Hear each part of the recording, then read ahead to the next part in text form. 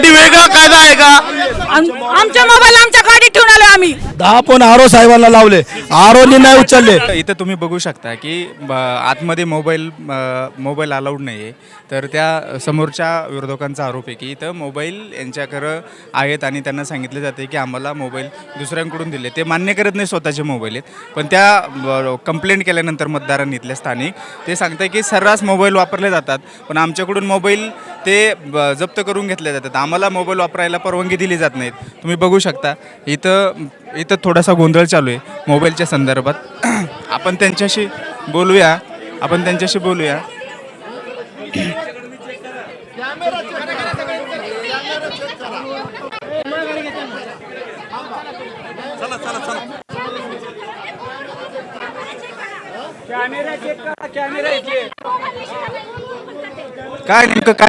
काय प्रकार आहे हा? इथे फोन अलाउड नाहीये तरी ते फोनवर बोलतात आहे आणि आमच्या सगळ्यांकडनं फोन काढून घेतले आणि ते स्वतः इथे फोनवर बोलतात आहे आम्हाला. आणि हा निकाल आम्हाला मान्य नाहीये. इथे तुम्हाला मोबाईल जमा करायला लावले? हो, आम्ही इथे बाहेर मोबाईल जमा केले आणि हे आता फोनवर बोलत होते. इथे सीसीटीव्ही सगळीकडे चेक करा. हे फोनवर बोलत होते. बघा यांच्याकडे मोबाईल सापडला.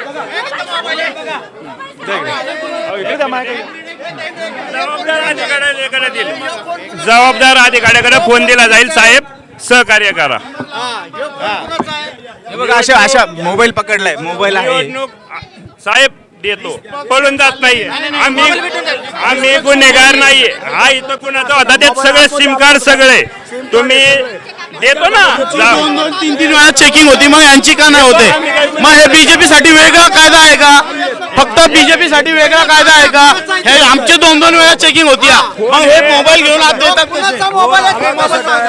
आतापर्यंत 2-3 जण पकडलेले आहेत, मग यांच्यासाठी वेगळा नाही, आमच्यासाठी वेगळा नाही का? हे बघा अजून एक मोबाईल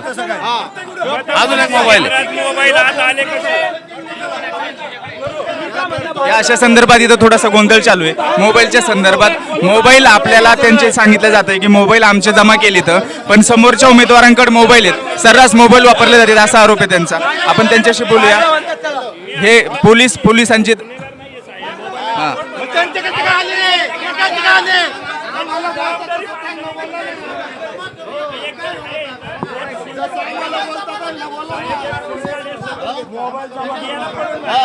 त्यांना बोला ना, आम्हाला एवढं रुपयात बोलतो त्यांना बोला की सकाळपासून सोडू नका. दादा तुमचा मोबाईल आहे का तो? नाही माझा मोबाईल मोबाईल तो पकडलेला मोबाईल घेतलाय मी बाहेरून. आता घेतलाय बाहेरून. मी आता आलो जस्ट मध्ये. आम्ही आहे त्यांच्या बरोबर. जबाबदार तुम्ही मला सांगतो चोर माले गजानन लिहून घेतो ना मी. चल मला काय तुम्ही म्हणला बाहेर जा, हे मी सांगणार. हा, ही मी तक्रार करणार कुठे करायची तिकडे. हे अशा संदर्भात आहे. मोबाईलच्या संदर्भात तक्रार आहे त्यांची की आमच्याकडून मोबाईल घेतले जातात ते, पण समोरच्या उमेदवारांकडे किंवा कार्यकर्त्यांकडे सर्रास मोबाईल सापडले जातात. काही मोबाईल पण त्यांच्या हाती लागलेले आहेत, काही मोबाईल पण त्यांच्या हातामध्ये आहेत, त्यांनी मोबाईल पण पकडलेले आहेत. आपण आपल्यासोबत इथे बोलण्यासाठी काही हे स्थानिक मंत्री आहेत, आपण त्यांच्याशीच बोलूया. काय तर मतदार रात्री लाईट गेली, रात्री पण 2 व्हीलरवर ईव्हीएम मशीन आल्या, 4 व्हीलर मध्ये मशीन आल्या. हे प्रशासनाची जबाबदारी आहे का? प्रशासनाने या सगळ्या गोष्टी ह्यांच्या चोरांचे पण माझ्याकडे पुरावे आहेत. माझ्या नवऱ्याने आरोला 10 फोन केले, 10 फोन उचललेले नाहीयेत. आरो साहेबांची जबाबदारी आहे का नाही? म्हणले मी झोपलो होतो, झोपायला जबाबदारी घेतली आणि चेक करताना तुला सगळं चेक केलं. मॅडमने आतमध्ये घेऊन तुमचे मोबाईल जमा करून घेतले तर आमच्या मोबाईल आमच्या गाडीत ठेवून आलो आम्ही. हा मोबाईल आला कसं काय? हा मोबाईल समोरचा जो ऐका मोबाईल देणार मॅडम, भाजपचा मी कोण आहे? गुन्हेगार नाहीये. जबाबदार अधिकाऱ्याकडे मोबाईल दिला जाईल. बीजेपी वाल्यांचा आहे. माझ्या संग 4 जण थांबवा, पळून जाणार नाहीये. जबाबदार अधिकाऱ्याकडे फोन दिला जाईल, याची चौकशी करा. आरो साहेब रात्रीचे फोन उचलत नाही, म्हणले मी झोपलो होतो. जर तुम्हाला जबाबदारी कर्तव्य पार पाडू शकत नाही तर तुम्ही जबाबदारी घेऊ नका, एवढंच विनंती आहे आम्हाला. फोन दिला जाईल, मी कुठं पळून जाणार नाही. कालही लावलेत काल बरेचसे ऑब्जेक्शन होते. मशीन संदर्भ जो होता अ ब क ड लावायला पाहिजे ना, ह्यांनी ड क आणि अ ब लावला होता. हा हे म्हणजे गुमराह करण्याचं काम आहे. मी वारंवार ज्या शाळेचा जो मेन असतो त्याला प्रत्येकाला मी माझं गोंधळ घातलेला त्या मशीन संदर्भात. त्याच्यानंतर मी 10 फोन आरो साहेबांना लावले, आरोनी नाही उचलले. एक मिनिट मी आरोला 10 फोन लावले, परंतु जो आयुक्त जो आहेत उपायुक्त काटकर साहेब त्यांनी फोन उचलले माझे. आणि जर आयुक्त जर फोन उचलू शकतात तर निवडणूक आयोगाचा हा आमचा आरो आहे. एक मिनिट हा आरो का फोन उचलू शकत नाही? निवडणूक आयोगाचा जो आयुक्त जर मागणी काय? आमची मागणी काय? हा मोबाईल आला कसा काय? आमचे जर मोबाईल गाडीत ठेवलेले आहेत आणि हे जे भाजपाचे जे कोण असेल त्याचा मोबाईल आतमध्ये आला कसा काय? हा आमचं म्हणणं आहे. आम्ही तर आता जवळजवळ 1-2 वेळा लाईट गेलेले आहेत. इथली जवळजवळ 2 वेळा लाईट गेली होती.